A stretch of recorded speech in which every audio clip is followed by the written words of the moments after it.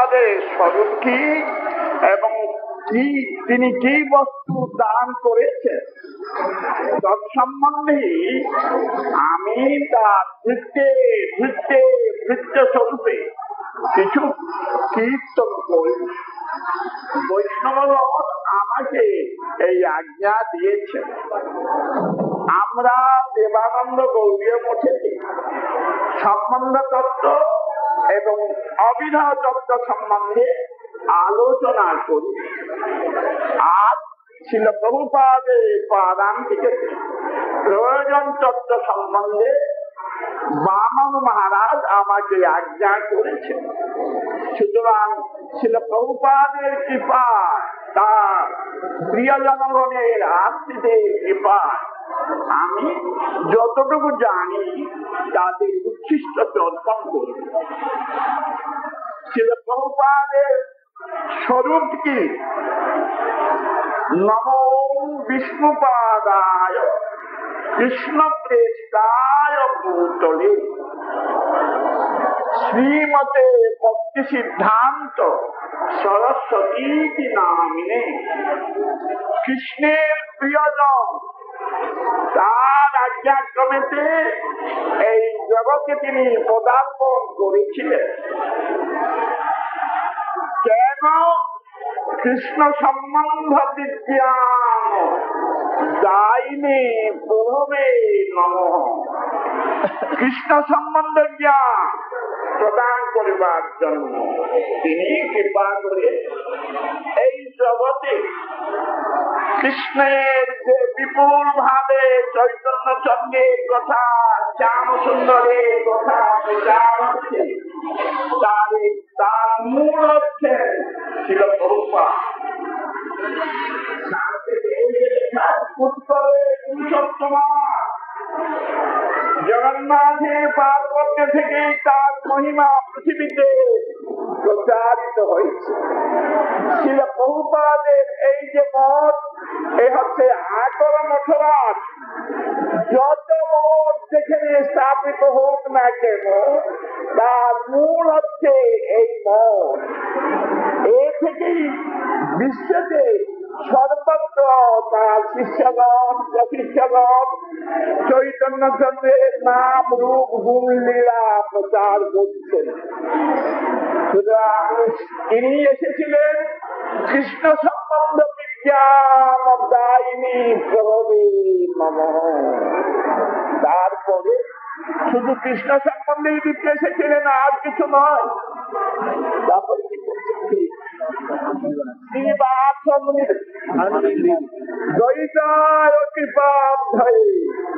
কৃষ্ণ সম্বন্ধ বিজ্ঞান এসেছিলেন কে? শ্রী বার্ধভামী দেবী দ্বৈতায় কৃপার্থয়ী। এখানে কৃষ্ণ কিন্তু বাদ করে যাচ্ছে। তার নামেতে তিনি নিজের পরিচয় দিয়েছেন, আমি কে?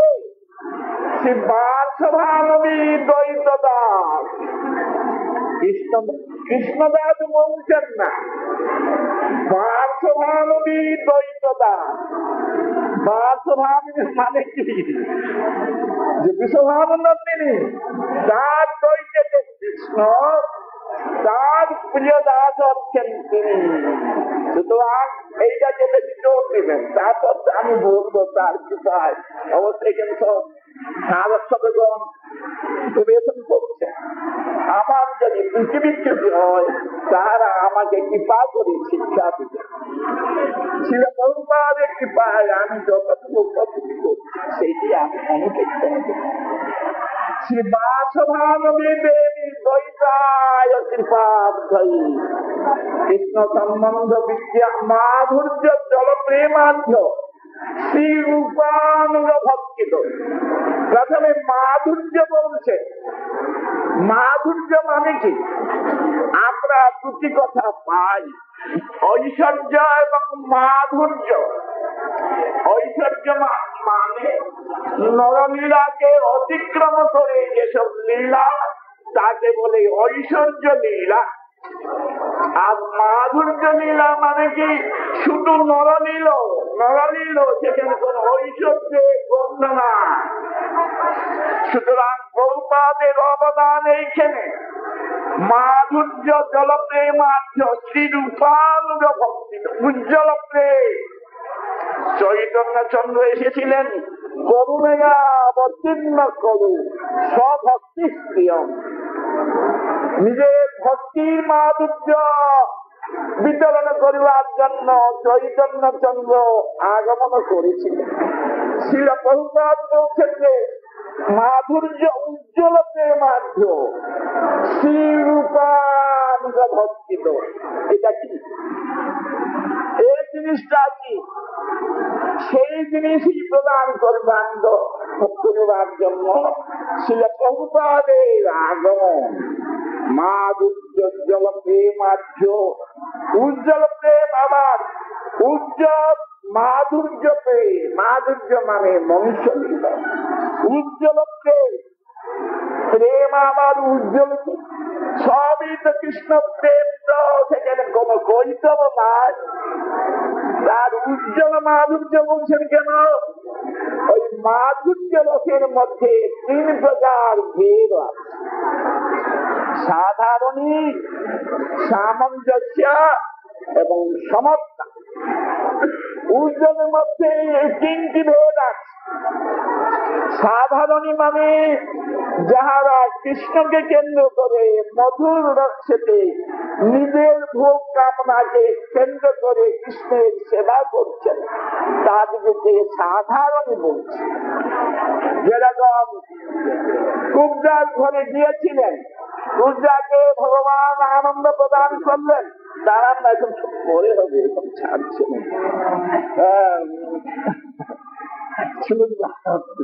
এখন আমাদের মধ্যে যত্ন আসছে, ঠিক আছে। সাধারণী কৃষ্ণচন্দ্র যখন কুব্জা কৃষ্ণচন্দ্রের সেবা সমাপন করলেন, কুব্জা যখন কৃষ্ণের বস্ত্র ধরে আকর্ষণ করলেন, সুখদেব বলছেন যে অবশ্য কুব্জা উদ্ধবতেও শ্রেষ্ঠ। কেন? কুব্জার ঘরে যখন ভগবান পদার্পণ করেছিলেন, কুব্জা 2টি সুবর্ণ আসন দিয়েছিলেন। ভগবান শ্যাম সুন্দর সেই সুবর্ণ আসনকে বসলেন এবং উদ্ধব কিন্তু তার দিকে থেকে মর্যাদা প্রদান করিবার জন্য মাটিতে বসলেন। অবশ্য ভাব বিচার নয়, কিন্তু তার মর্যাদা স্থাপন করিবার জন্য। ভাব বলবো না, তাহলে এরা ধরবে, আবার স্পর্শ করলেন, স্পর্শ করলেন। আবার ভগবানকে ধরে আকর্ষণ করছিলেন। সুখদেব বললেন যে দুর্ভাগা, দুর্ভাগা বলে প্রয়োগ করেছেন।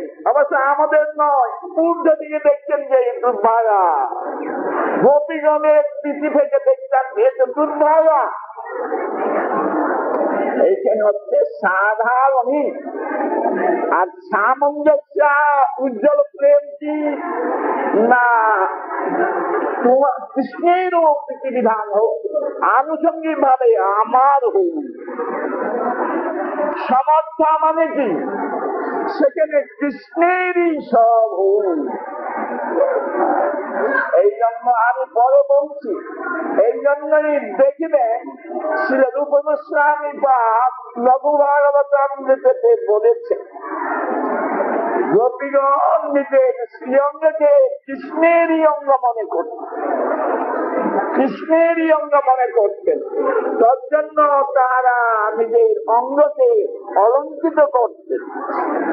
কৃষ্ণ যখন মথুরা ছেড়ে চলে গেলেন, সেই ভূষণ নাই, সেই ভূষণ নাই, সেই বস্ত্র অলঙ্কার নাই, শুধু মাটিতে বলছেন। বলেছিলেন নারায়ণ মহারাজ, তখন আমার মনে লেগেছে, বলেছিলেন যে বিষ্ণুপ্রিয়ার বলিরাজ্য সবচেয়ে ঊর্ধ্বে, এই জগৎ হইতে ঊর্ধ্ব হতে পারে, কিন্তু বিষ্ণুপ্রিয়া হরিনাম গ্রহণ করে সেটা রন্ধন করে মহাপ্রভুকে অর্পণ করে ভোজন করতেন। গোপীগণের তো ভোজন টোজন কিচ্ছু নাই, কিচ্ছু নাই। তাহলে উৎকর্ষ কি করে হলো বলুন? যখন উদ্ধব 3 মাস করে গেলেন নন্দগ্রামে, দেখছেন যে তারা সব মাটিতে গোলাগুলি যাচ্ছে, শুধু মাতা পিতা আপনাদের রন্ধন পাত্রেতে মাকড়সার ধুল পড়ে গেছে। বিশ্বনাথ চক্রবর্তী ঠাকুর বলছেন, তখন উদ্ধবকে বলছেন নন্দ মহারাজ, দেখো হরি মায়ের অবস্থা দেখো দেখো। আবার গোপীগণের নিকটে যখন গেলেন, উদ্ধব রথ থেকে নেমে সাষ্টাঙ্গে দণ্ডবোধ করতে করতে যাচ্ছেন, দেখছেন যে সব ধুলি ভিতরিত অঙ্গ জটা হয়ে পড়েছে। রাধারানী শীর্ণ বস্ত্র পরিধান করেছেন, আবার সন্ধ্যা রহিত অবস্থা। তোর জন্য এই শ্যাম সুন্দর বলেছিলেন যে, দেখো উদ্ধব, আমার পোশাক এবং প্রসাদী মালা তুমি পরে যাও। কেন? উদ্ধব গিয়ে তো দেখবে যে উদ্ধবের মাধ্যমে জগতে বিশ্বভানুনন্দিনীর গোপীগণের প্রেমে পরাকাষ্ঠা প্রচার করবার জন্য শ্যাম সুন্দর উদ্ধবকে পাঠিয়েছিলেন। দেখলেন যে এক বিশ্বভানুনন্দিনীর জ্ঞান নয়, তখন ওই যে কৃষ্ণের অদ্ভুত পরিধান বস্ত্র মালার সৌরভ যখন বিশ্বভানুনন্দিনীর নাসিকা প্রতি প্রবিষ্ট হলো, তখনই তিনি দেখছেন যে তাহলে কি শ্যাম সুন্দর এসেছেন। এই হচ্ছে সমস্যা প্রেম। সেই প্রেম ছিল প্রভুপাদ অর্পণ করতে এসেছিলেন। গত বছর দেবানন্দ গৌড়ীয় মঠে মহাপ্রভুর প্রসঙ্গে থেকে মহাপ্রভু কৃষ্ণ প্রেম দিয়ে এসেছিলেন। তখন আমি ত্রিবিক্রম মহারাজকে জিজ্ঞাসা করলাম, তাহলে রাধা প্রেম কি দিতে আসেন নাই? তখন তিনি আমাকে বললেন যে সে কি করে হয়, বিষয় এবং আশ্রয় না থাকলে তার প্রেম হয় না। এই উত্তরটি দিয়েছিলেন। আপনারা চিন্তা করবেন, ধরো নন্দ মহারাজের ঘর থেকে বিশ্বভানুপুর থেকে কোন দাসী সে আমাকে নিয়ে বিশ্বভানুনন্দিনীর ঘরে উপনীত করে দিয়েছে, বলছে এই ঈশ্বরী। এখন আমি কি করবো? তাকে ঈশ্বরী মনে করবো না নন্দ মহারাজের ছেলেকে খুঁজতে যাব? দুই রকম বিচার আছে। ওই দিকে থেকে বিচার করলে শ্যাম সুন্দরকে দাসগুরু মনে করেন যে নন্দ মহারাজের ছেলে, ঈশ্বর বুদ্ধি নাই। এইখান থেকে বিচার করলে শ্যাম সুন্দর হচ্ছেন বিষয় বিগ্রহ, আর বিশ্বভানুনন্দিনী তার সেবক সেবিকাগণ হচ্ছেন আশ্রয় বিগ্রহ। সুতরাং এই জন্য মাধুর্য উজ্জ্বল প্রেমার্থে বলেছি, মাধুর্য মানে মনুষ্য বুদ্ধি। সেই মনুষ্য বুদ্ধিতেই তারা মনে করে শ্যাম সুন্দর নন্দনন্দন, আর আমাদের হচ্ছেন বিশ্বভানুনন্দিনী আমাদের ঈশ্বরী। সেই হিসাবে রূপানুগ ভক্তি রূপানুগ ভক্তি ছিল প্রভুপাদ দিতে এসেছিলেন। সে আবার তাহলে এখানে আর বিষয় বিগ্রহকে আর আশ্রয় বিগ্রহকে এইটা নির্ণয় করতে পারবেন না। অবশ্য সাধারণের জন্য ছিল রূপ গোস্বামী সাধগানাঙ্গয় প্রেম প্রাদুর্ভাবে ভবেদ্রম। তখন বলছেন যে সাধারণের জন্য আদৌ মহৎ কৃপা, তারপরে শ্রদ্ধা, তারপর ভজন ক্রিয়া, তারপর অনর্থ নিবৃত্তি, যত নিষ্ঠা তত রুচি। এগুলি কি? অনর্থ মানে কি? যা অর্থ নয় তাকে চরম প্রয়োজন মনে করার নাম হচ্ছে অনর্থ। দেখুন, প্রত্যেকের ভূমিকায় ছেলেকে যখন ভূমিষ্ঠ হয় 2 বছর পর খেলাধুলা করে, তখন সে খেলাধুলাকেই জীবনের সর্বস্ব মনে করছে। আবার 5 বছর পরে পিতা মাতার শাসনে যখন স্কুলে ঢুকে, তখন বিদ্যাতে যখন মনে বসে যায়, তখন সে মনে করে একটা স্কুল ফাইনাল সার্টিফিকেট পেলেই আমার জীবনের সর্বস্ব। আবার যখন স্কুল ফাইনাল পাস করলো সেদিন আনন্দ হলো। তারপর দিন কোন কলেজে ঢুকবে তখন সে চিন্তা করে, কলেজে ঢুকে সে তখন মনে করে একটা ডিগ্রি পেলেই আমাদের জীবনের সর্বস্ব। ডিগ্রি পেল, সেদিন আনন্দ হলো। তারপর চাকরির অনুসন্ধান করছে, এগুলি যে আগে আনন্দ মনে করতো এগুলি গৌণ মনে হয়। চাকরিকে জীবনের সর্বস্ব মনে করছে। চাকরিতে হয়তো অ্যাপয়েন্টমেন্ট লেটার পেল, খুব আনন্দ, বন্ধু বান্ধবকে থেকে অনেক সেবা পরিচর্যা করলো, ভোজন খাওয়ালো, বহু কিছু করলো। তারপরে অর্থ উপার্জন করলো, অনুদান হচ্ছে। তখন সে মনে করে, বাবা মা মনে করে তোর ছেলেটার মনে কোনো আনন্দ নাই, তখন তাকে দিয়ে দিচ্ছে। এইগুলিকেই অনর্থ বলি। আপাতত যেগুলিকে প্রয়োজন সাময়িক, সেগুলিকে চরম প্রয়োজন মনে করে এবং পরিবর্তন হয়ে যায়, একে বলে অনর্থ। এই অনর্থ যখন আমাদের হৃদয় থেকে দূরীভূত হবে, তখন নিষ্ঠা নিরন্তর ভগবানের ভজন করেছে। তারপরে রুচি, আসক্তি, ভাব, প্রেম, সাধকানঙ্গয়ং প্রেম প্রাদুর্ভাবে ভবেৎ ক্রমঃ। এই হচ্ছে আশ্রয় এবং বিশেষ।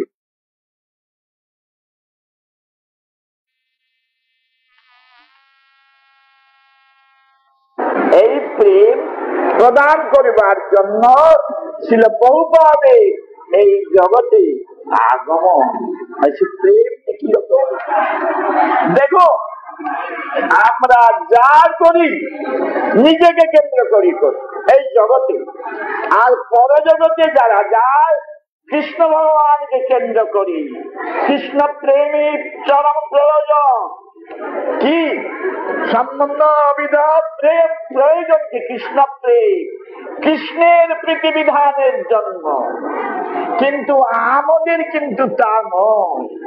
শিলরূপানুগণের কৃষ্ণের প্রীতিবিধান করতে আমি ব্যক্তিগত ভাবে যাব না, গেলেই বঞ্চিত হয়ে যাব। তা প্রমাণ দেখো, গোপীনাং পশুপেন্দ্র মন্দন জুষান ভাবস্ত কষ্টাঙ্কৃতি।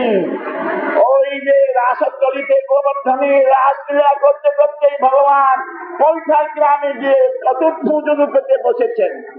সহস্র সহস্র গোপীগণ যাচ্ছেন, দেখছেন যে নারায়ণ বসিয়া আছেন। তারা নারায়ণের প্রতি আকৃষ্ট হলেন না।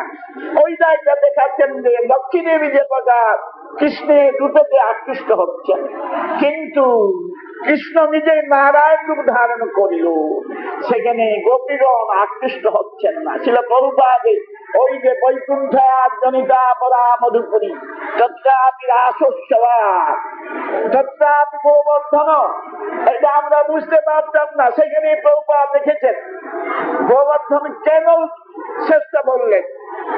সহস্র সহস্র কোটি কোটি গোপী যাচ্ছেন, কিন্তু ভগবান হরি সেখানে চতুর্ভুজ হয়ে বসিয়া আছে। আবার যখন ভগবান নন্দিনীর গণ সভা আসছেন, তখন শ্যাম সুন্দর মনে করলেন এইবার তো ভূষভান নন্দিনীর গণ আসছেন, ভূষভান নন্দিনী আসছেন, এতো আমি চতুর্ভুজ দিয়ে বঞ্চনা করব। আর পারলেন না। সর্বশক্তিমান যিনি সেই বৃষভান নন্দিনীর অঙ্গের সৌরভেতেই ত্রিভুজ হয়ে পড়লেন। আর দেখুন দেখুন, তার জন্যই রূপানুগণের শ্রেষ্ঠত্ব দেখাচ্ছেন ছিল প্রভুপাদ। আবার বলছেন যে রূপানুগ ভক্তিত। আর এই জগতে যত সব বৈষ্ণবগণ এসেছেন, তাদের মূল হচ্ছেন শ্যাম সুন্দর কৃষ্ণ। জানি তচ্চরিতানি, এই যে বিল্লমঙ্গল ঠাকুর বলেছেন কৃষ্ণ সম্বন্ধে, প্রেম দঞ্চমি কাম দঞ্চমি বৈভব বেদনম চমি বৈভব পঞ্চমি নাথ না পরম। হে নাথ, তুমি আমার সর্বস্ব। গোস্বামী কি বলেছেন? ভজামি রাধাং রবীন্দ্র নেত্রাং স্মরামি রাধাং মধুরস্মিতাস্যাং বদামি রাধাং করুণা ভরাগ্রাম তত মম নান্যস্তি কাপি। আমার আর কেউ নাই, এক বৃষভানুনন্দিনী আমার সর্বস্ব। আচ্ছা হবে কি? এই জন্য রূপানুগ বলেছেন, শিল ভক্তিবিনোদ ঠাকুর বলেছেন, রাধা ভজনে যদি মতি নাহি কৃষ্ণ ভজন তব অকারণে দিন। তাহলে কোথায় আশ্রয়, কোথায় বিচয়? আমাদের বিষয় বিগ্রহ হচ্ছেন বৃষভানুনন্দিনী এবং আশ্রয় বিগ্রহ তিনি। এইটাই হচ্ছে ছিল প্রভুপাদের অবদানের চরম সীমা। এইটা ছিল প্রভুপাদ। এইতে বলে রূপানুগ ভক্তি। এরা কৃষ্ণকে বেশি আগেই তো বলেছি, ছিল প্রভুপাদের নাম হচ্ছে পার্শ্বভাবিনী দ্বৈত দাস। যাকে প্রাধান্য দিচ্ছেন না কৃষ্ণের দ্বৈত দাস তো বলছেন না, পার্শ্বভাবিনী যে দ্বৈত, যে শ্যাম সুন্দর, তারই আমি প্রিয় দাস। সুতরাং শিল প্রভুপাদের এই হচ্ছে শ্রেষ্ঠ অবদান। আজ পর্যন্ত মহাপ্রভুর গণের মধ্যে কেউ প্রদান করেন না। এই জন্য রূপানুগ ভক্তির আপনারা চিন্তা করেছেন এইটা ছিল। এবং প্রবোধানন্দ সরস্বতী বলেছেন, তাহলে আপনারা বলবেন যে কৃষ্ণ কৃষ্ণ করছেন কেন? হবে। হ্যাঁ, আমরা কৃষ্ণ কৃষ্ণ করি আমার আশভাবনীর নন্দিনীর প্রীতির জন্য। তিনি আমাদের ঈশ্বরী, তিনি বলছেন যে তুমি নিরন্তর কৃষ্ণ নাম করো, আছি তো। সুতরাং তার আজ্ঞা পালনের জন্য আমি কৃষ্ণ নাম করি। এইটা ব্যক্তিগত কথা নয়। শিল প্রবোধানন্দ সরস্বতী রাধার শ্লোক বলি, কি সে শ্লোক বলে? হ্যাঁ, বলছেন যে আমি যে গোবিন্দ কথা সুধা রসরদে চেতু ময়া জিমৃত। এই যে গোবিন্দ কথা রসরদে রস সমুদ্রে আমি সর্বদা নিমগ্ন থাকি এবং তার প্রিয়গণের যে সেবা পূজা করি, উদ্দেশ্যে কি গোবিন্দের প্রীতি নয়, গোপেন্দ্রাত ভজ জীবন প্রণয়িনী শ্রী রাধিকা তুষ্যতু। গোবিন্দ নন্দন যে শ্যাম সুন্দর, তার জীবনের যে প্রণয়িনী, সেই রাধিকার প্রীতির জন্যই আমি করি। ছিল রঘুনাথ দাস গোস্বামী ওই জায়গায় বলেছেন, কি সেটা বলুন? আবির পল্লী পতিপুত্র কান্ত্যা দাস্যাভিলাষ। আমি কি চাই জানো? আবির পল্লী। আবির পল্লী যে পতি নন্দ মহারাজ, আবির পল্লী পতি, আবির পল্লী পতিপুত্র কান্ত্যা। আবির পল্লী যে গোপপল্লী, তার পতি যে নন্দ মহারাজ, তার পুত্রের যে প্রিয়তম নন্দ নন্দনের প্রিয়তম বৃষভানু নন্দিনী, তার প্রতি আমার আসক্তি হোক। কিরকম না, আমার মন রূপ অশ্ব, রূপ গোস্বামীর যে আমার মন রূপী যে অশ্বারোহী, রূপ গোস্বামীর যে বিচার অশ্বকে আরোহণ করুন। সুতরাং আমরা রূপানুগ শিল প্রভুপাদের বৈশিষ্ট্য হচ্ছে যে বার্ষভানুরী সেবা তিনি প্রদান করিবার জন্য এসেছিলেন। এই জন্য রূপ গোস্বামীও বলেছেন, প্রণিপত্র ভবন্ত অর্থয়ে পশুপালনন্দ কুমার কাকুহি। হে পশুপালনন্দ, কৃষ্ণ বলছেন না, অনন্ত ব্রহ্মাণ্ডের নাথ বলছেন না, পশুপালনন্দন কুমার কাজ ব্রজ যৌবত মৌলিমালিকা।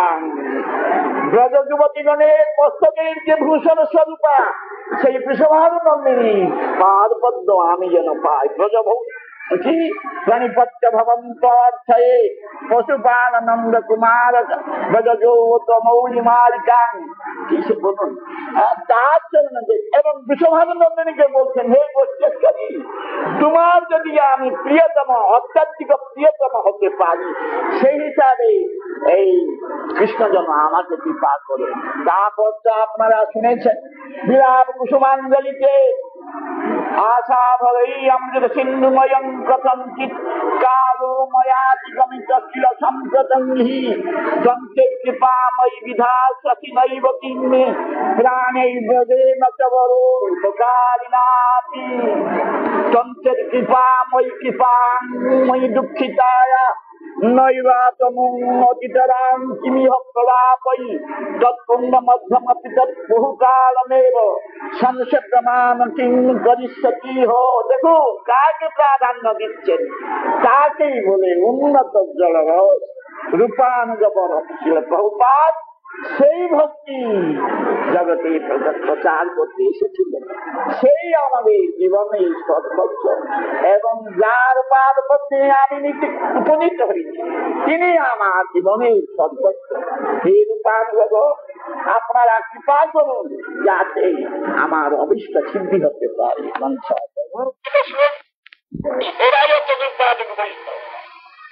আগে বলেছি ব্রহ্মাদি জম ব্রহ্মা বরুণন্দ রুদ্রমরুত স্তম্ভন্তি দিব্যস্তরৈ জ্ঞানাবস্থিত তদগতেন মনসা পশ্যন্তি যোগিনঃ যস্যান্তং ন বিদুঃসুরাসুরগণা দেবায় তস্मै নমঃ। কে বলছেন? সুখদেব গোস্বামী বলছেন, তাকে আর আমি কি জানবো? ব্রহ্মাদি দেবতার যারা যাকে জানতে পারে না সেই সর্বদেবী আরাধ্য দেব, তাকে আমি নমস্কার করি।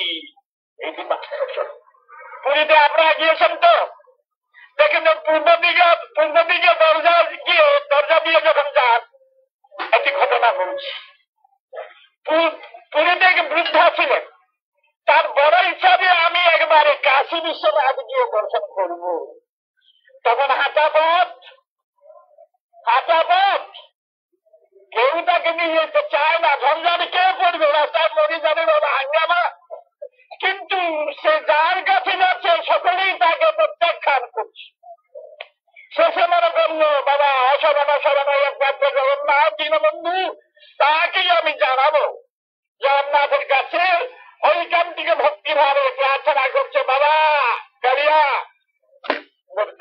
গুহারি শোনো, প্রার্থনা শোনো, কি তুমি চাও? না স্বপ্নতে বলছো না, তুমি একটু ব্যবস্থা করে তো, আমার বহুদিনের ইচ্ছা আমি ওই কাশী বিশ্বনাথ একবার দর্শন করি।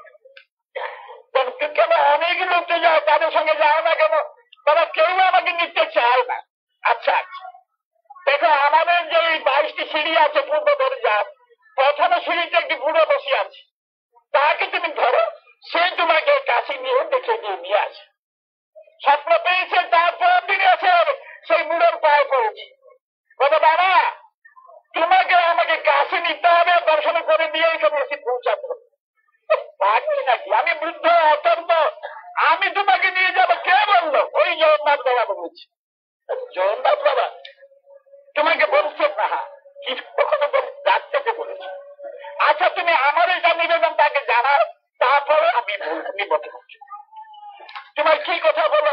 না তাকে বলো আমি বহুকাল যাবতে প্রথম সিঁড়িতে বসে আছি, দ্বিতীয় সিঁড়িতে আমার ইচ্ছা একটু উঠতে। প্রথম সিঁড়িতে বসে কমর ধরে পড়েছে, তাকে বলো দ্বিতীয় সিঁড়িতে উঠতে আমাকে অনুমতি দিবে, তাহলে আমি তোমাকে নিয়ে যাও। আবার গিয়ে 2-4 দিন ধরে না খেয়ে না দিয়ে পড়ে আছে বাবা, সে পুরো রাজি হয়েছে, বলছে যে তুমি তার একটু কথা শোনো, অনুগ্রহ করো, সে নিয়ে যাবে না। সে প্রথম সিঁড়িতে নাকি বহুদিন যাবে বসে আছে, দ্বিতীয় সিঁড়িতে সে উঠতে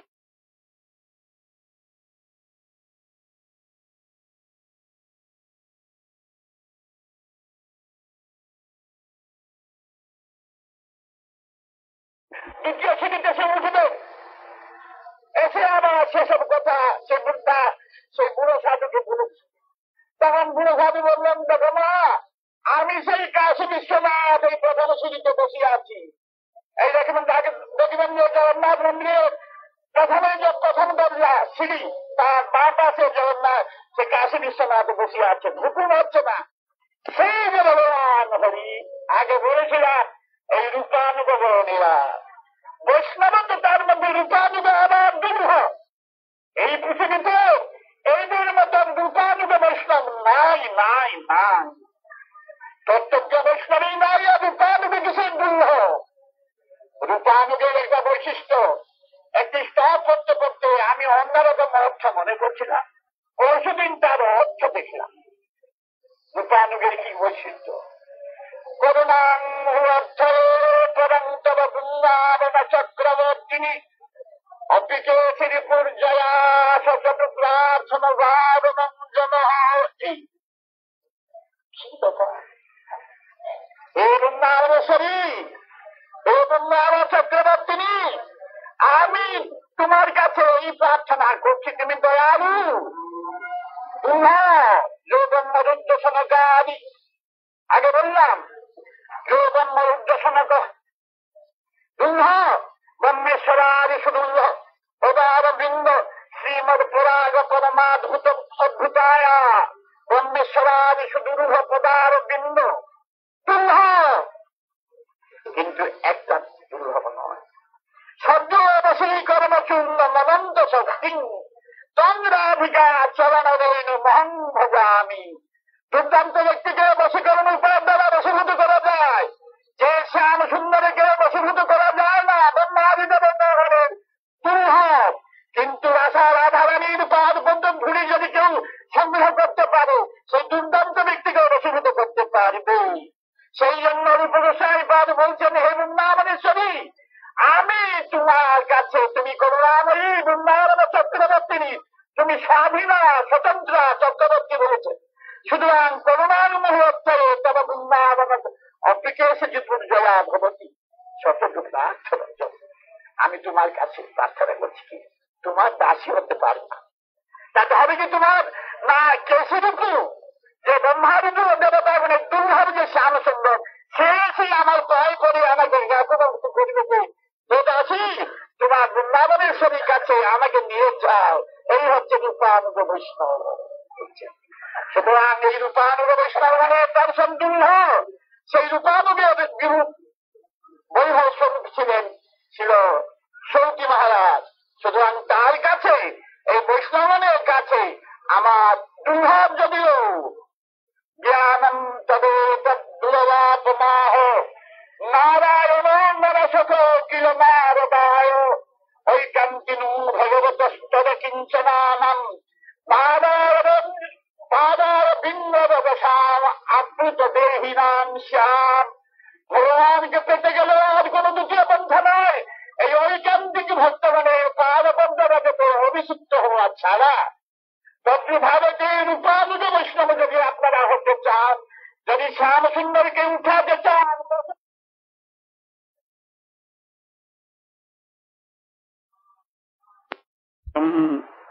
রাধাস্কন্দম নিবেশিত জলভুজম ধ্যায়েম দামোদরম।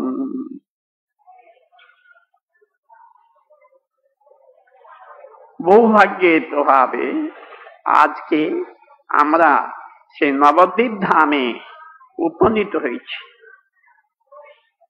কেন কেন? কৃষ্ণচন্দ্রকে দর্শন করিবার জন্য। মা নবদ্বীপেতে কৃষ্ণের দর্শন দুর্লভ। নবদ্বীপে কৃষ্ণম পুলটরুচিরম ভাব বলিতম। নবদ্বীপে এসে কৃষ্ণকে কৃষ্ণরূপে আপনারা দর্শন পাবেন না। পুলটরুচিরম, বৃন্দাবন হচ্ছেন কৃষ্ণ, আর এইখানে তার বর্ণ হচ্ছে সুবর্ণ বর্ণ হেমাঙ্গু বরাঙ্গচন্দনাঙ্গরি। এইখানে তিনি সুবর্ণ বর্ণ।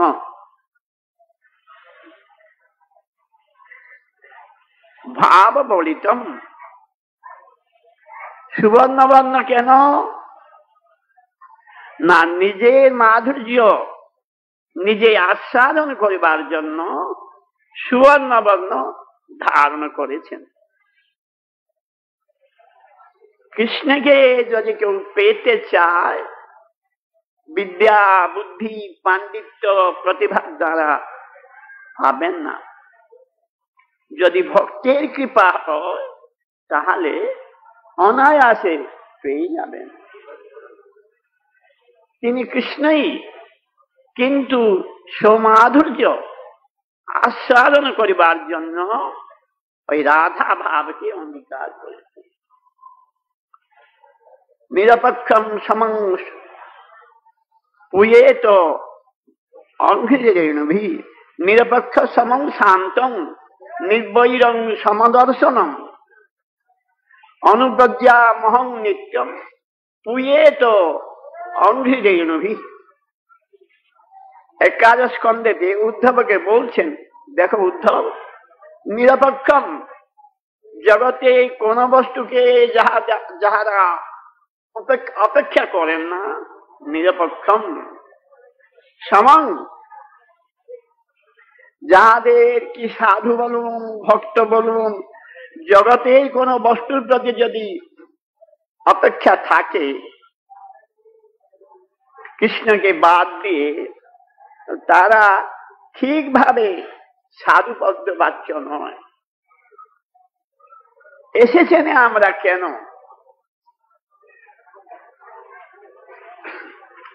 না, কৃষ্ণ ভজনের জন্য। এটা কোথা থেকে বুঝছেন? না, মহতগণের সংসর্গে গিয়ে। সুতরাং সেই মহতগণের যদি আর কোন বস্তু সম্বন্ধে কামনা থাকে তা সে কৃষ্ণকে কি করে পাবেন? এই জন্য চৈতন্য চরিতামৃতে বলেছেন, মহৎ কৃপা না হলে কৃষ্ণকে পাওয়া যাবে না, কৃষ্ণের মাধুর্যামৃত আস্বাদন করতে পারবেন না। এখন কৃষ্ণ নিজেই তার মাধুর্যামৃত আস্বাদন করিবার জন্য চেষ্টাত্মিত। তার মাধুর্য এইরকম, তিনি সর্বজ্ঞ হইলেও সব ভুলে যাচ্ছেন। স্তম্ভেতে নিজের প্রতিবিম্ব প্রতিফলিত হয়েছে, তাকে দেখে মনে করছেন যে আরে আমি আবার কোথা থেকে এলাম, সব ভুলে যাচ্ছেন। হ্যাঁ, ভাগবতে বলেছেন, রাজ সম্বন্ধে বলেছেন, রেমে রমেশ ব্রজ সুন্দরী ভি যথা অর্ভক প্রতিবিম্ব বিভ্রম। অর্ভক মানে একটি ছেলে যাচ্ছে স্কুলেতে, কুয়ার পাশ দিয়ে যাচ্ছে, দেখছে যে আরে কুয়ার মধ্যে আমার মতন কে একটি বালক আছে, এও ভেঙাচ্ছে, আছে সেও সেরকম ভেঙাচ্ছে। বালক তো সে প্রতিবিম্বকে মনে করে অন্য বালক। সেই রকম ভগবান হরি রেমে রমেশ, যিনি রমার ঈশ্বর নারায়ণ, যিনি রমা রাধাকান্ত, রেমে রমেশ প্রতিবিম্ব বিভ্রম, নিজের প্রতিবিম্বকে দেখে তার সঙ্গে খেলা করছেন, বুঝতে পারছেন না যে আমারই প্রতিবিম্ব। মাখন চুরি করে গিয়েছেন, দেখছেন যে কেউ তো নাই ঘরে, কাকেও তো দেখা যাচ্ছে না, গোপনে গোপনে যাচ্ছেন, দেখছেন যে ওর মতন এই বালক ওই থামেতে প্রতিবিম্ব হয়ে দেখা যাচ্ছে। প্রতিবিম্বকে দেখে চুপ কর চুপ কর, কাকে বলবে না, সমভাগ, তোমাকে সমভাবে আমি ভাগ দিব। আচ্ছা, নিজেকে দেখেই নিজে ভুলে যাচ্ছেন। সুতরাং সেই জন্যই ভাব বলিতম, কৃষ্ণচন্দ্র নিজের মাধুর্য নিজে আস্বাদন করিবার জন্য ভক্তের ভাবকে অঙ্গীকার করেছেন। তার জন্য ভাব বলিতম পুরট রুচিরং, ইনি আছে কৃষ্ণ নয়, সুবর্ণ বর্ণ যার ভাবযুক্ত এসেছেন। আর কি করছে? মৃদঙ্গাদি যন্ত্রই স্বজন সহিতম কীর্তন পরম। স্বজনগণের পার্শ্বগণের সহিত মৃদঙ্গাদি যন্ত্র দ্বারা কীর্তন করছেন। কীর্তন ভগবানের 64 প্রকার অঙ্গ, তাকে যদি কেউ ভজন করতে যায় তার 64 প্রকার অঙ্গ দ্বারা তার ভজন হয়। কিন্তু এখানে তিনি কীর্তনকে ধরেছেন। কীর্তনাদ্বয়ী, কীর্তন মৃদঙ্গাদি যন্ত্রই কীর্তন সহিত কীর্তনকে প্রাধান্য দিলেন কেন? এই অঙ্গটি সকলেই যাজন করতে পারবে। স্মরণ বলুন, ধ্যান বলুন, পাদ সেবা বলুন, অর্চনা বলুন, ওই বালক থেকে মুমূর্ষু পর্যন্ত সকলে যাজন করতে পারবে না। এবং কীর্তনে এইরকম বালকও, মাতৃগর্ভস্থ বালকও হরে কৃষ্ণ বলতে পারবে। শিশু, 5 বছর শিশু মা যদি বলে যে বাবা তুমি যে স্কুলে যাচ্ছ, যাওয়ার সময় হরে কৃষ্ণ বলবে, সেও বলতে পারবে। মুমূর্ষু ব্যক্তি সেও চিৎকার করে, কিন্তু সেও হরে কৃষ্ণ বলতে পারবে। যুবকও বলুন, কৃষি লোক বলুন, সর্বাবস্থায় সেই কৃষ্ণ নাম করতে পারবে। এই জন্য কীর্তন পরম।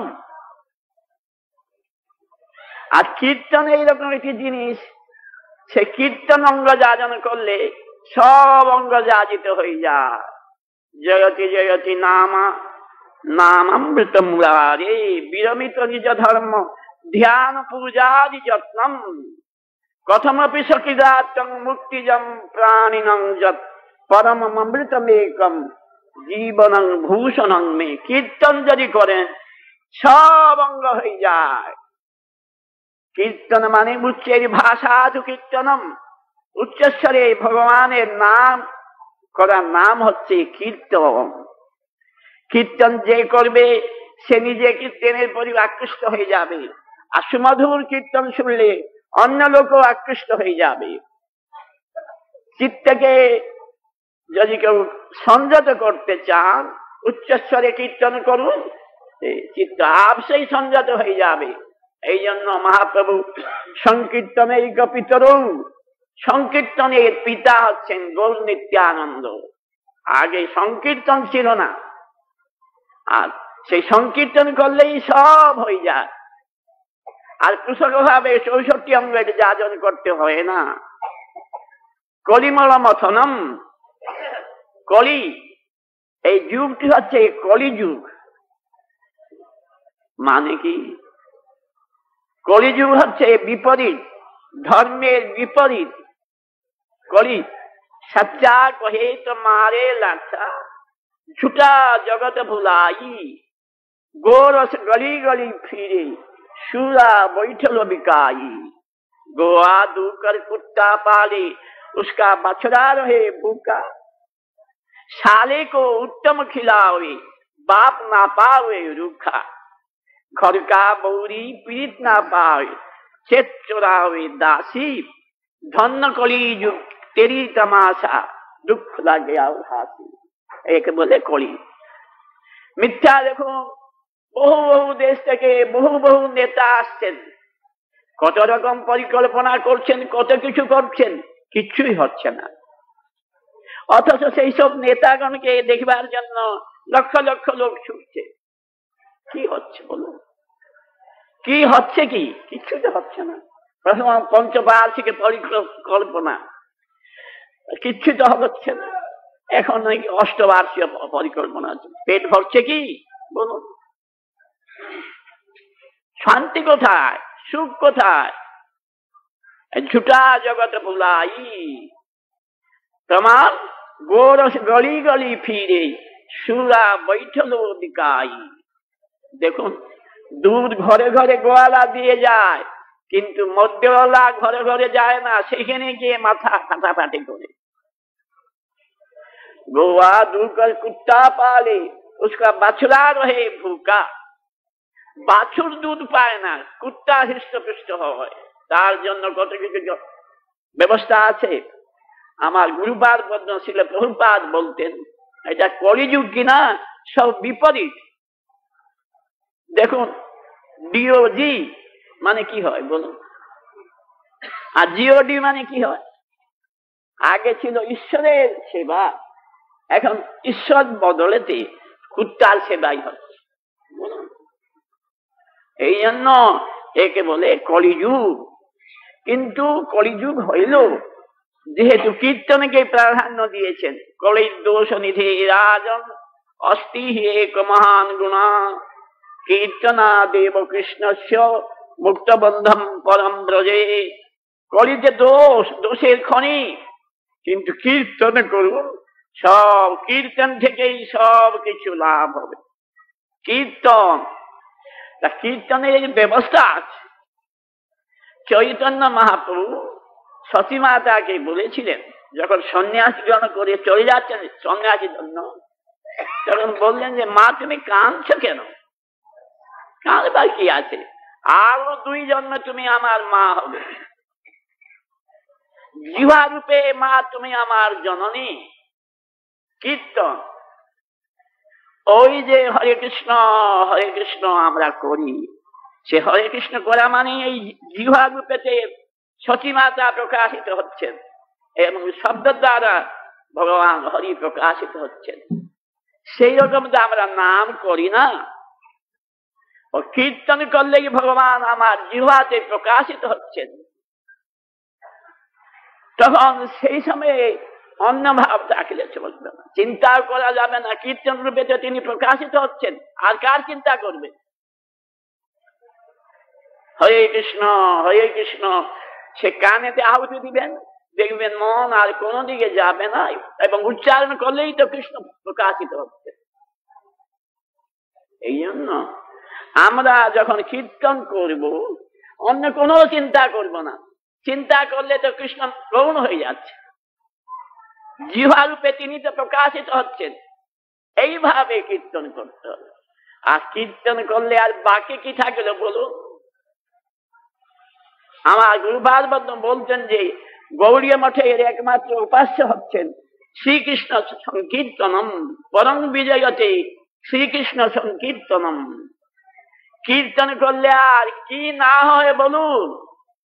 সেতু দর্পণ মার্জনম, ভব মহাদাবাগ্নি নির্বাপনম, শ্রেয় কৈরয় চন্দ্রিকা বিতরণম, বিদ্যাবধূ জীবনম, আনন্দম বুদ্ধিবর্ধনম প্রতিপদম পূর্ণামৃত স্বাদনম, তস্মাৎ পরম বিজয়তে শ্রীকৃষ্ণ সংকীর্তনম।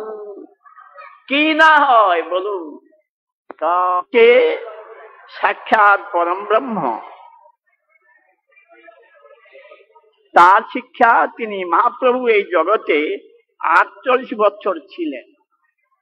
24 বছর গৃহস্থ আশ্রম এবং 24 বছর সন্ন্যাস আশ্রম। 48 বছরের শেষেতে একদিন সন্ধ্যা সময়েতে গোপীনাথের মন্দিরেতে কীর্তন করতে করতে অন্তর্ধান করেছিলেন। যখন 24 বছর প্রায় শেষ, একদিন নিত্যানন্দ প্রভুকে হরিদাস ঠাকুরকে ডাকলেন। শোনো নিত্যানন্দ, শোনো হরিদাস, সর্বত্র আমার আজ্ঞা করহ প্রকাশ, প্রতি ঘরে ঘরে গিয়া করহি ভিক্ষা, বল কৃষ্ণ ভজ কৃষ্ণ কর কৃষ্ণ শিক্ষা। ইহা বই আর কিছু বলিবা না বলাইবা, দিবা অবসানে আছি আমারই কহিবা।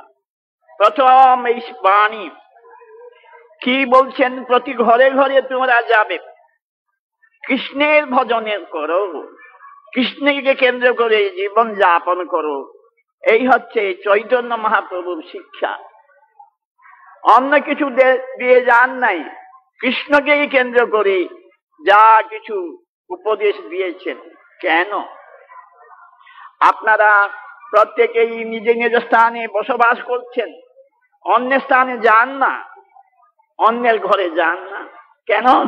যেখানে যার সম্বন্ধ সে সেখানেই থাকে, অন্যের কার্য করে না, এবং সম্বন্ধযুক্ত ব্যক্তির সহিতই প্রীতি উৎপাদন করে। মহাপ্রভু বলছেন যে কৃষ্ণের সহিতই আমাদের সম্বন্ধ। সেই সম্বন্ধ বহুবিধ ভাবে। প্রথম সম্বন্ধ হচ্ছে আমাদের জন্মগত সম্বন্ধ। ছেলেটি যখন ভূমিষ্ঠ হয়, যখন তার মার শিক্ষার প্রভাবেতে কথা বলতে পারে, মা মা বলে, বাবা বাবা বলে, আর তার মা শিক্ষা দিচ্ছেন, এ তোমার বাবা, এ তোমার দিদি। সেরকম আমাদের মা হচ্ছেন বেদ মাতা। বেদ বলছেন যে দেখো, তোমাদের উৎপত্তি কোথায় জানো? অহম সর্বস্ব প্রভু মত্ত সর্বম প্রবর্ততে যত বা ইমানি ভূতানি জায়ন্তে, এসব বেদ বলছেন। তোমার উৎপত্তি ভারত নয়, তোমার উৎপত্তির মূল আছেন ভগবান কৃষ্ণ। এই জন্যই অর্থাৎ ব্রহ্ম জিজ্ঞাসা। সংসার যখন কোথাও আমরা শান্তি পাই না, তখন মহতগণের সংসর্গে গেলে এইটা বুঝতে পারবো যে তোমরা তো জগতের কেউ নও, তোমরা ব্রহ্মের দিকে চলো। সেই ব্রহ্ম হচ্ছেন আমাদের উৎপত্তির মূল, তিনি আমাদের পালন করেন, তিনি আমাদের রক্ষা করেন। ব্রহ্ম সেই হচ্ছেন ভগবান হরি। ও ইংরেজি গড বলে মানে কি? জি মানে জেনারেটর, ও মানে অপারেটিং করছেন, আর ডি মানে ডিস্ট্রয়ার। সে হচ্ছেন ভগবান হরি। সেই আমাদের সকলের মূল। জন্মগত সম্বন্ধ, দেশগত সম্বন্ধ সর্বত্র প্রযোজ্য হয় না। আজকে ভারতবর্ষে বসবাস করছেন, কালকে যদি অন্য দেশে গিয়ে নাগরিকত্ব পেয়ে যান, এই দেশের সঙ্গে কোনো সম্পর্ক থাকে না। পিতা মাতাও দেখা যায় হয়তো আজকে ইনি আমার পিতা, আমার দেহান্তে পিতার সঙ্গে কোনো সম্পর্ক থাকে না। বস্তুগত আগে বিচার, আমি কে? আপনারা সকলে এখানে বসবাস করছেন, যদি পরিচয় কেউ জিজ্ঞাসা করে, আপনারা যদি বলেন যে এই ঘরেই আমরা, আমার ঘর নয়, আমার ঘর, আমি কে? এক সময় কৃষ্ণচন্দ্রকে উদ্ধব জিজ্ঞাসা করেছিলেন, প্রভু পণ্ডিত কে? আপনি বলুন আমাকে, পণ্ডিত কে? মূর্খকে আমাকে বুঝেই দিন। মূর্খ কাকে বলে? ছেলেটি হয়তো বিশ্ববিদ্যালয় থেকে পাশ করে এসেছে, যে সম্বন্ধে এসে পাশ করে এসেছে তৎসম্বন্ধে পিতা যদি কোনো প্রশ্ন করেন, সে যদি যথার্থ উত্তর না দেয়, তাকে মূর্খ বলে। পিতা তখন বলবেন যে তুমি তো মূর্খ, বিশ্ববিদ্যালয়তে পড়ে কি বুঝেছ বলো। সেই রকম আমাদের পরিচয়টা কৃষ্ণচন্দ্র দিচ্ছেন। বলছেন যাহারা এই দেহটাকে সর্বস্ব মনে করে তাহারাই মূর্খ। মূর্খ দেহাদি অহং বুদ্ধি, যাদের দেহ সম্বন্ধে, নিজের স্বরূপ সম্বন্ধে কোনো জ্ঞান নাই, তারা হচ্ছে মূর্খ। সুতরাং এই মূর্খত্বকে কেন্দ্র করে আমরা কি করে সুখ শান্তি পাবো বলুন? মনুষ্যের খাদ্য মনুষ্যকে দিলে সে বাঁচবে, আর ছাগলের খাদ্য যদি মনুষ্যকে দেওয়া হয়, সে কি বাঁচবে না, কষ্ট পাবে বলুন? প্রথমেই আমাদের সম্বন্ধ কি? আমি কে? কোন সম্বন্ধ বুঝি না। শুধু কেউ বলে আমি স্ত্রীলোক, কেউ বলে আমার ভারতবাসী, কেউ বলে হয়তো আমি সন্ন্যাসী, কেউ বলে হয়তো আমি পণ্ডিত। না, আমি কে? এইখানেই ছিল চৈতন্য চন্দ্র বলছেন, আগে তুমি কে চিনো, তারপর তুমি কি করবে বুঝবে পরে। আগে বলো তুমি কে। তখন বলছেন না, তুমি জাগতিক কোন বস্তু নন, তোমার সঙ্গে কৃষ্ণের সঙ্গে নানাবিধ সম্বন্ধ আছে। এই জন্য আমরা আমার গুরুবার বদ্ধকে নমস্কার করি। কৃষ্ণ সম্বন্ধ বিজ্ঞান দায়িনী প্রভাবে নম। কৃষ্ণের সহিত কি সম্বন্ধ? কেনই বা চৈতন্য চন্দ্র নিত্যানন্দকে হরিদাসকে গিয়ে ঘরে ঘরে বলছেন যে শোনো শোনো নিত্যানন্দ, শোনো হরিদা, সর্বত্র আমার একটা কলহ প্রকাশ। ঘরে ঘরে গিয়ে কৃষ্ণ ভজনের কথা বলবে, তার তো কিছু বলেন নাই। কেন না, কৃষ্ণের সহিত নানাবিধ ভাবে আমাদের নিত্য সম্বন্ধ, সে কথাই কৃষ্ণচন্দ্র অর্জুনকে বলেছেন। দেখো অর্জুন, অহম সর্বস্ব প্রভু, এই অনন্ত ব্রহ্মাণ্ডের উৎপত্তির আমি মূল। মত্ত সর্বম প্রবর্ততি, প্রথম সম্বন্ধ, তারপর অবিধেয় কথা বলছি। আমা হইতে এই অনন্ত ব্রহ্মাণ্ড উৎপত্তি এবং আমা থেকেই প্রকাশিত। তাহলে তিনি যদি আমাদের জন্মদাতা হন, তিনি যদি আমাদের মূল হন, তাহলে আমার ধর্ম কি বলুন? সে কৃষ্ণচন্দ্রকে বলতেছেন, মচ্চিত্তা মদগত প্রাণ বোধয়ন্তং পরস্পরম কথয়ন্তস্যমাং নিত্যম তুষ্যন্তি চ রমন্তি চ মচ্চিত্তা। যেহেতু বিশ্ব ব্রহ্মাণ্ডের যত জীব তার থেকে উৎপত্তি, তার সহিতই সম্বন্ধ, যার সহিত সম্বন্ধ আমরা তারই করি, যার সহিত সম্বন্ধ নাই তার করেও যাই না। সেই রকম বলছেন যে তাহলে অনন্ত ব্রহ্মাণ্ডের মূল আমি, আমার সহিত এই অনন্ত ব্রহ্মাণ্ডের যত জীব তার সহিত সম্বন্ধ যুক্ত, সুতরাং আমরা যার সহিত সম্বন্ধ যুক্ত তারই করব। এখন কি করব? কি শিশুরা কি করবে এবং জড়াতুর ব্যক্তি কি করবে? মচ্চিত্তা, আমাকে মনটাকে দাও, মতগত প্রাণা, তোর সহিত তোমার সহিত তো আমার নিত্য সম্বন্ধ, সুতরাং আমাকে বাদ দিয়ে অন্যত্র যদি যাও তাহলে তোমার কষ্ট হবে। মতগত প্রাণা। আর আমরা যখন পরস্পর একত্রিত হই কার কথা আলোচনা করি? কেউ হয়তো তার ছেলের কথা বলে, কেউ হয়তো তার স্বামীর কথা বলে, কেউ হয়তো কেন প্রিয় বস্তুর কথাই বলি। সুতরাং আমি যেহেতু সকলের প্রিয়, মচ্চিত্তা মতগত প্রাণা বোধয়ন্তং পরস্পরম, পরস্পর যখন আমরা একত্রিত হব তখন বলবো কি? প্রিয়ের কথাই বলবো, প্রিয়ের কথাই বলবো, যেহেতু তার সহিত নিত্য সম্বন্ধ। প্রয়োজন কি? আমরা কি চাই? নিত্য প্রিয় জনগণের কথা কীর্তন করলেই আমাদের আনন্দ, তাতেই সন্তুষ্ট, তাতেই আনন্দ। দেখুন, পিতা মাতা সব সময় তার ছেলে মেয়েদের কথা কীর্তন করে, গুণকীর্তন করে, তাতে কি আর কিছু প্রত্যাশা থাকে? না। ওই প্রিয় যে ছেলে, হয়তো স্বামী যে আমার প্রিয়, তার গুণকীর্তন করলেই আমরা সন্তুষ্ট হই, অন্য কিছু নয়। মচ্চিত্তা মতগত প্রাণা বোধয়ন্তং পরস্পরম কথয়ন্তস্য মাং নিত্যম। কেউ কার প্রিয়জনের কথা সাময়িক বলে না, নিত্যই কীর্তন করে, তাতেই তার আনন্দ। এক সম্বন্ধ, যেহেতু উৎপত্তিগত সম্বন্ধ। এখন আমি কে?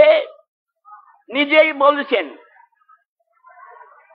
ইতস্তন্যাং প্রকৃতিং বিদ্ধি মে পরাম জীবভূতাং মহাবাহু জয়েদম ধার্যতে জগৎ ভূমিরাপো অনলো বায়ু খন্মন বুদ্ধিরেব চ অহংকার ইতি জন্মি ভিন্না প্রকৃতি অষ্টদা। প্রকৃতির কথা বলছেন। প্রকৃতি মানে তার শক্তি। শক্তি নানাবিধ শক্তি থাকলেও তিন শক্তি প্রধান: যোগমায়া শক্তি, জড়া শক্তি এবং পরাশক্তি।